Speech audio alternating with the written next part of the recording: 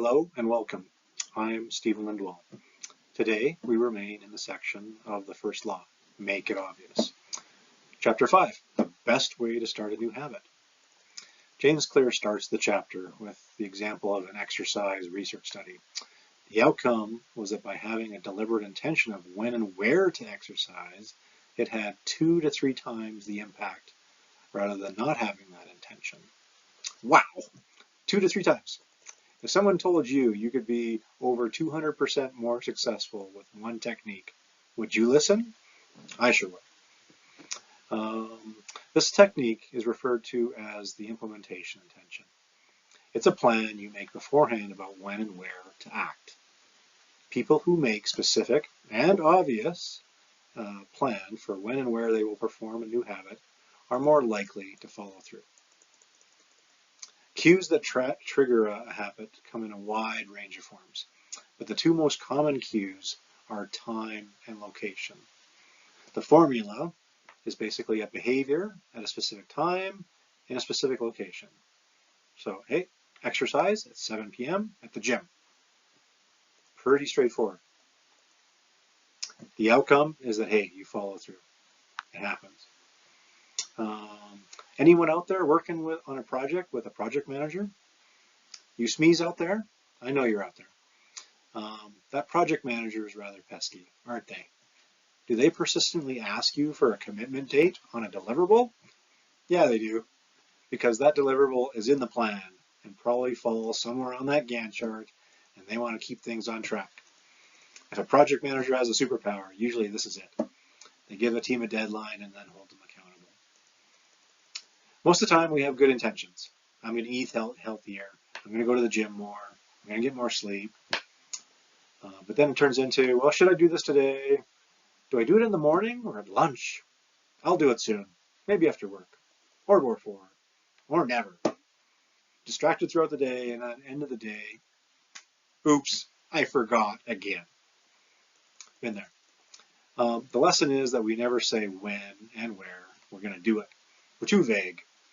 Then we're hard on ourselves and we think it's a motivation problem. It's not. It's your system, or the absence of it. So get clear and specific, i.e. obvious, on what and when and where. Like, I'm going to make the Chapter 6 video tomorrow at 5:30 p.m. right here in my office. Then put it in my calendar. What gets scheduled gets done. That might be a Peter Drucker quote. You tell me, is that obvious or not? I like to think of this as clarity. Humans are creatures of habit. You decide what to do next based on what you've just finished doing. You finish your breakfast and then you brush your teeth, for example. Each action becomes a cue that triggers the next behavior. This brings us to the second method.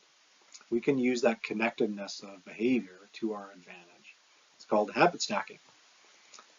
Identify an existing habit you do and then stack or pair it to a new habit on top of it.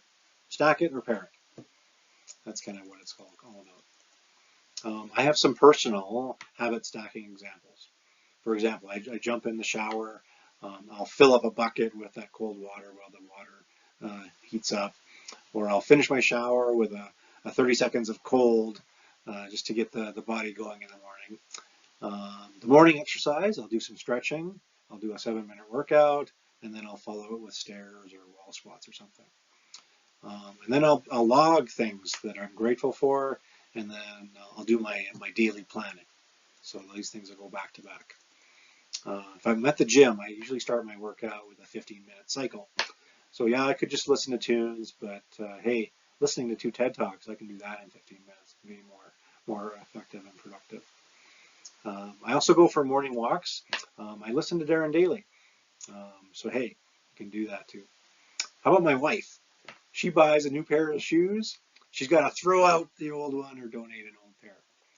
So I'm pretty grateful if that works out 80% of the time. So yeah, this is about a simple rule to guide your future behavior. So the trick is finding that right cue to start things off.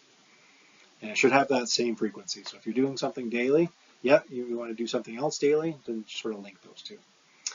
Then be specific, This is very practical and effective. So today I got a little over two questions for you. Question number one. So yeah, what implementation intention are you going to create for a habit that you want to build? And question two is really a two-parter. So 2A, how would you use the habit stacking technique to incorporate a habit that aligns with your goals? And then 2B, can you identify a daily routine that could serve as a natural trigger for a habit you want to develop? So, a habit you forget about is a habit you won't keep. But if you anchor it with something you already do, or just schedule it, it becomes automatic. And believe me, if you can remember to check your phone 94 times a day, you can remember to do 15 wall squats after your next meeting.